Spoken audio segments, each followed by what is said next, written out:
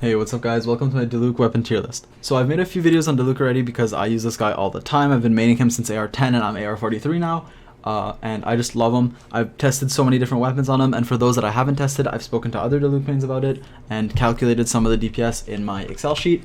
So I have a pretty good idea about what I'm talking about, but if I make any mistakes, I'll correct them in the comments, and if you guys have any questions, concerns, all that, let me know. So what we're going to be doing in this video is we're going to go over every single weapon, every 3-star, every 4-star, and every 5-star, but I'll try to go over the 3-stars pretty quickly, except for one in particular, because I believe it's the best one. Now before we begin, I have to tell you guys that there are 2 free-to-play Claymores. You guys probably know about this, but you can craft 2 different Claymores for free just by playing the game, and you can refine these as well just by playing the game. There's the prototype Aminus and the Whiteblind. I'm going to talk about each of these in my video, but just if you guys are wondering which one to craft, I would go the Aminus. And in order to craft this, you need ores, which you can get. This one spawns every 3 days and this one spawns every 2 days, and you can farm these basically an unlimited amount of times as long as you have friends or find random people in the co-op or join some Discord servers, whatever. And then the Claymore prototypes you get by doing weekly bosses, and you can also obtain 2 at the start of the game, one by doing the quest in Diluc Gorge and another by purchasing a prototype at a shop in Leeway, I believe. It might be Mondstadt, but I'm pretty sure it's Leeway. And yeah, so you can refine this and obtain it just by being a free-to-play player, which makes it that much better. So I'm going to be taking into consideration all these factors into my tier list, but without further ado, let's get right into it. Alright, so there are 2 things that you guys need to fundamentally understand before we get into the video. And regarding weapons. So the first thing is the importance of the secondary stat. So a secondary stat is so important on a weapon because let's take this Wolf's Gravestone for example. This is 45% attack that I just gain as a bonus on top of my base attack and on top of the effect. Let's say we were to upgrade the exact same weapon but it had like an energy recharge secondary stat. We would lose out on so much attack. So a weapon like this, for example, and we're going to get into the specifics later, will give you energy recharge instead of attack, and thus decreasing your damage by a pretty significant amount. The second really important thing I want to talk to you guys about is 3-star weapons. So I'm going to go over them really fast in my in the tier list, except for the best one. I'll cover that one a bit more. But basically the main problem with 3-star weapons is that their base attack is really bad. And some of them have great effects, but since the base attack is bad, it's really hard to keep this weapon for a while. It can be good early game, especially if you're a free-to-play player or a low-budget player. 3-star weapons can be great, especially with Diluc, but as you move on to the later game, the base attack of 4-star weapons will just start outscaling your 3-star weapons. So in order to demonstrate this, we can just look at the wiki. We're taking this 3-star weapon, for example, the Debate Club. It has a base attack of level 39, right? And then we're going to take this 4-star weapon, the prototype Aminus, as an example, with a base attack of 44. So you may be thinking, oh, it's only a 5 base attack difference. That's not that big of a deal, right? Well, honestly, it's a huge deal, and we'll see why. So when we get into the later levels, let's say level 80 weapon, which is AR40, the base attack will be 355, okay? 355 for this 3-star weapon entering the late game at level 80, or the weapon level 80. When we look at the prototype Aminus, at the same weapon level, which is 80, it'll have 497 base attack. So basically 500 base attack, right? Very close to 500, versus a weapon that's barely over 350.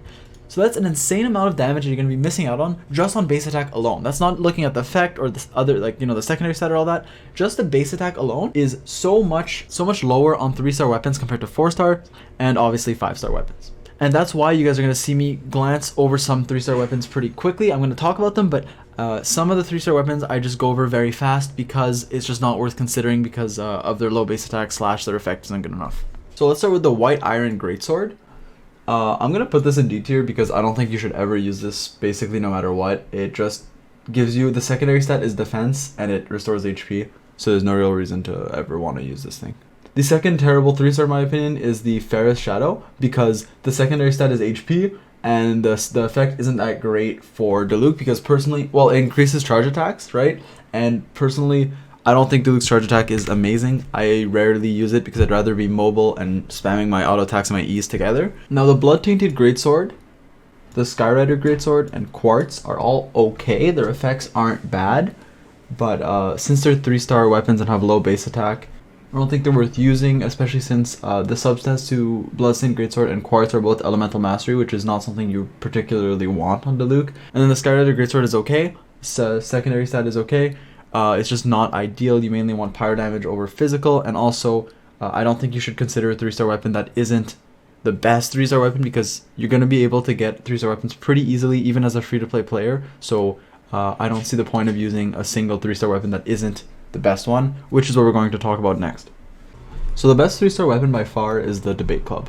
And I honestly think this weapon is great and you should use it if you are going to use a 3-star weapon. And that's why I'm putting it in the A tier. So the reason why I think it's good is, well, first of all, the base attack is, you know, okay, whatever, it's a 3-star weapon. But the secondary stat is attack, which is nice. And its effect is amazing on Diluc. So what it does is after you use his E, his next normal or charge attack will deal a bonus damage. And that damage is 60% at Refinement 1 and 120% at Refinement 5. And since this is a 3-star weapon, refining it is easy. So you can pretty easily get 120% attack damage, unless you're like super unlucky on wishes, every 3 seconds. So the effect is going to last 15 seconds and it can occur every 3 seconds, which means you're going to have it active like all the time because Diluc's E is on a short cooldown and has 3 charges. So this is just a great weapon, the best 3-star by far in my opinion, and the only reason why it isn't higher on the list is because it is a 3-star. So for this weapon, it's weird because its biggest pro is also its biggest con. So the biggest pro of this weapon is arguably the fact that it is a 3-star weapon. Now, obviously the effect is great and all that, but the fact that it is a 3-star weapon makes it super easily accessible and a great weapon for the early/mid game.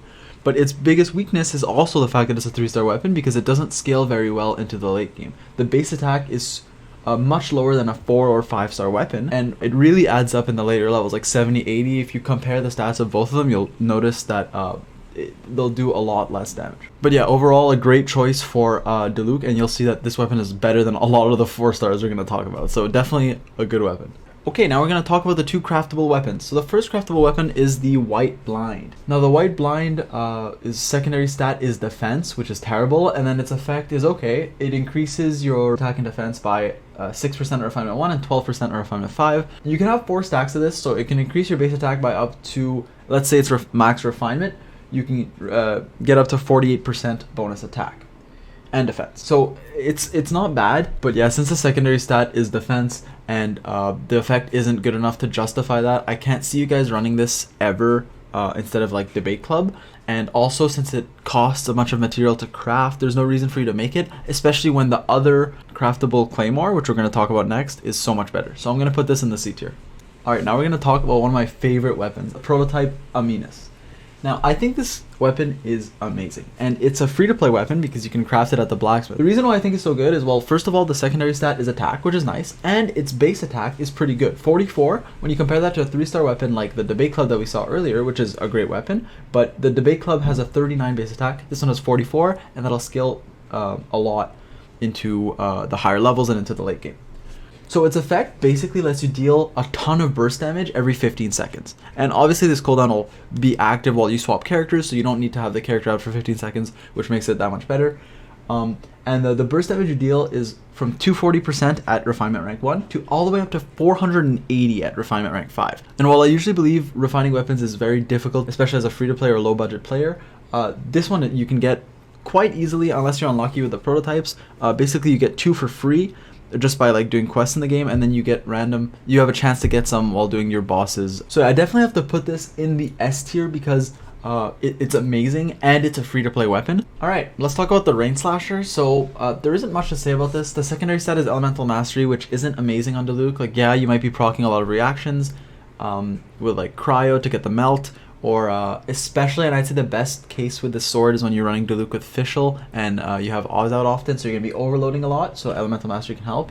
And the enemies will be affected by Electro. In that case, the sword can be okay, but I still can't really see why you would run this, especially when there's such a good free-to-play sword available, which is the prototype Aminus. And even I honestly believe Debate Club is just better, and it's a 3-star. So I can't really justify using the Rainslasher. Personally, I've been having trouble rating this weapon. I either want to put it end of B tier or high C tier. I think I'm going to put it in the C tier because I just can't justify using this weapon. I can't see someone justifying why they would use this weapon, especially Refinement Rank 1 instead of something like the prototype Aminus. And I know I'm trying to rate everything sort of objectively and not like give a weapon a rating based on other weapons, but it's just like, it's a 4-star weapon that you have to get through gacha, and the effect isn't that great unless you're enabled by other characters, and even then, so many other weapons are just better, so there's no real reason. I can't really see the case arguing why this would be anything better than maybe like low B tier. Okay, moving on to the bell. So I personally hate this sword. I can't really see why you would run it. The secondary stat is HP, which is terrible in Diluc. It gives you a shield, which is, you know, fine, and the shield gives you a damage bonus, which is the best part of it, but it's only 12% at Refinement 1, and it only scales up to 24 at Refinement 5. And that being said, the shield it will last 10 seconds, but can only be procced every 45, so most of the time you're not even going to have that damage bonus. So I just honestly can't justify using this weapon almost ever on Diluc, so I'm going to put this weapon in the C tier.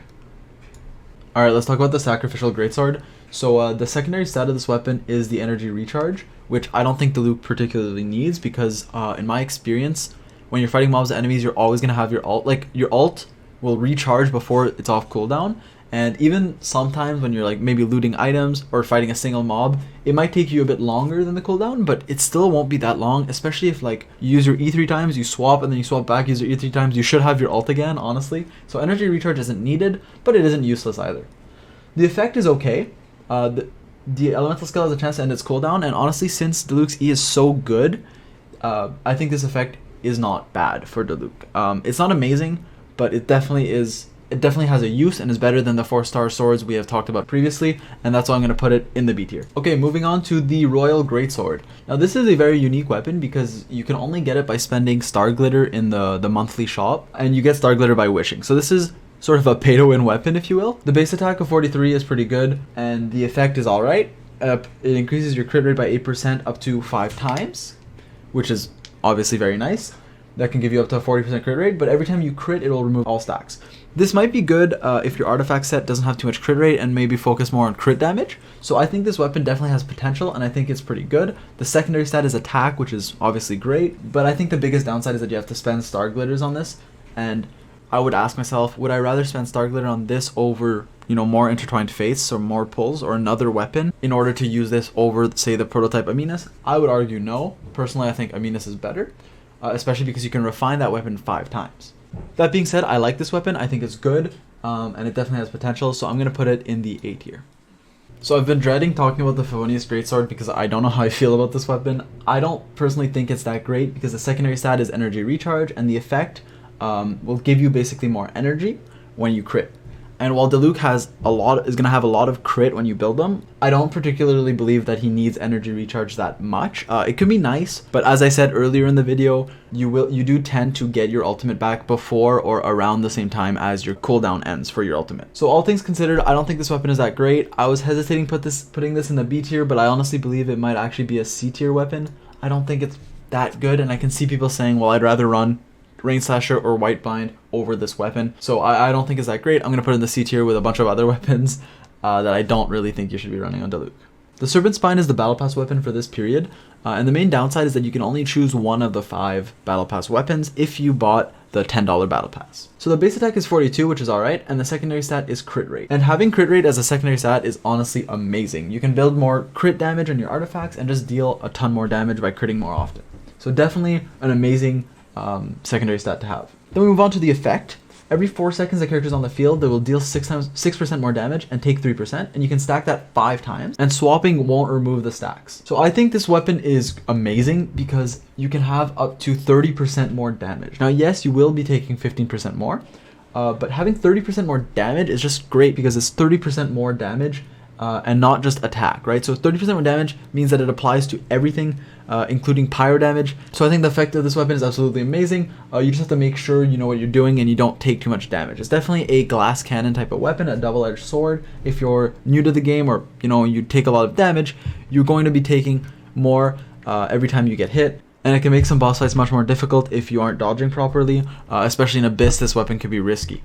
Now, I'd say the biggest downsides, yes, you take that more damage, but the biggest downsides are that, 1, you can't refine this weapon. Currently, there is no way to refine this weapon, so, there's that. And also, you can only choose 1 Battle Pass weapon. So I reviewed 2 of them on my channel, the bow and the sword, and I think both of them are great. But this Claymore is honestly one of, if not the best Battle Pass weapon in the game. So if you don't need another Battle Pass weapon, you can definitely consider choosing this because I think it is a great weapon. So overall, the amount of damage you're going to be dishing out with this is insane. And as long as you can, if you're experienced with Diluc and how enemies work and dodging and all that stuff, then I think you can make this weapon amazing. And it's definitely either S tier, SS. I'm actually going to put it SS tier because I think it's better than the Aminus, and it's just an amazing weapon. definitely one of the highest DPS weapons in the game for Diluc. Moving on to the Skyward Pride. Now this is a 5-star sword. You might have gotten lucky and pulled it. Good for you in that case. The base attack is 45, which is amazing. The secondary stat is energy recharge, which isn't necessary on Diluc, as I mentioned earlier, but with the effect, it's good. So it's definitely not a terrible substat, but obviously crit rate or crit damage or even attack would have been better.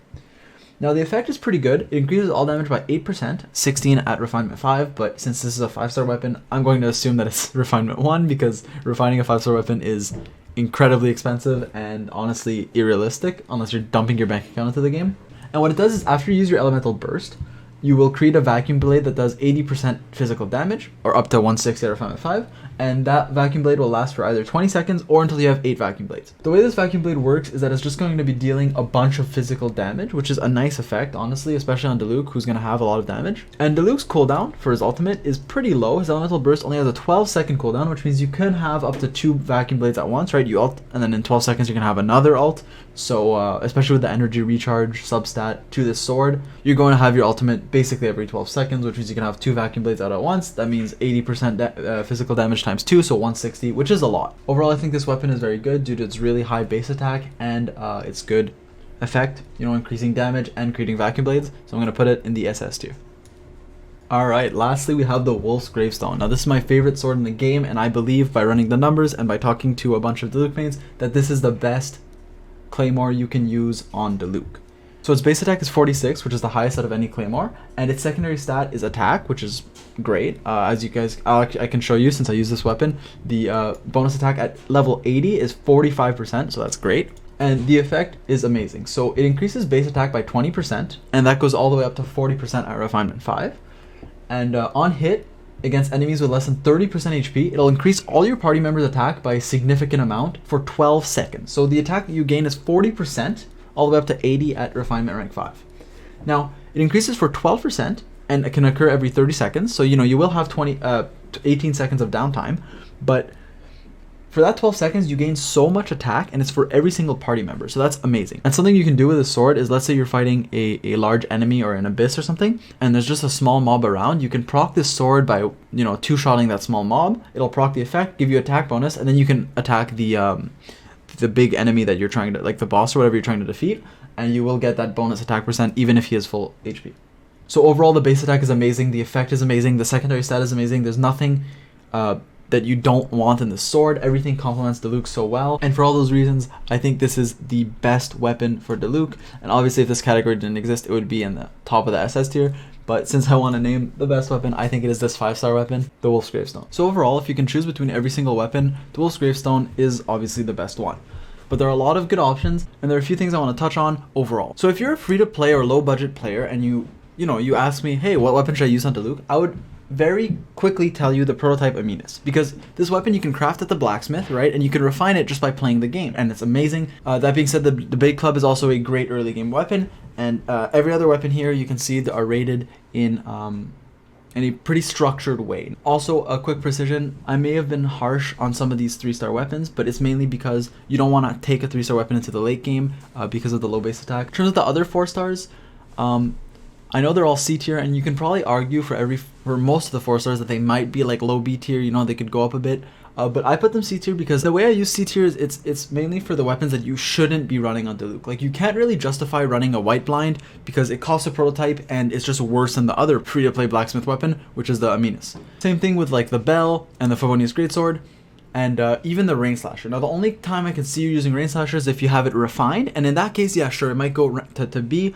If you're running it with like official or something that can, you know, maybe a Mona that affects enemies with Hydro. But even then, I still think prototype Aminus is just way better. But there's barely a difference between B and C. It's mainly the A, S, and double S tiers that are, in my opinion, relevant. Alright, thanks for watching, guys. I hope you enjoyed. And if you have any questions or concerns, let me know. If you think a weapon should be higher or lower, let me know, and I'll try to give you my reasoning as to why I put it there. But overall, I think this tier list is very good. I have been maining Diluc since I started this game, so I've been playing him for so long, and I've consulted with so many people to modify my opinions and make sure, or check if I was correct or wrong, and, you know, adjust the tier list accordingly. So I hope you enjoyed. I hope it helped. Quick summary: if I could resume this video in one sentence, I would say Use the bait club until prototype Aminus, and then Wolf's Gravestone when you get it. Also, the Battle Pass weapon is amazing and can replace the Wolf's Gravestone for the time being / forever if you don't, pay a bunch of money to get a 5-star weapon. So I hope you guys enjoyed. If you want, you can subscribe and like. It means a lot. Follow me on Twitch because I stream a lot. And yeah, that's about it. See you guys later.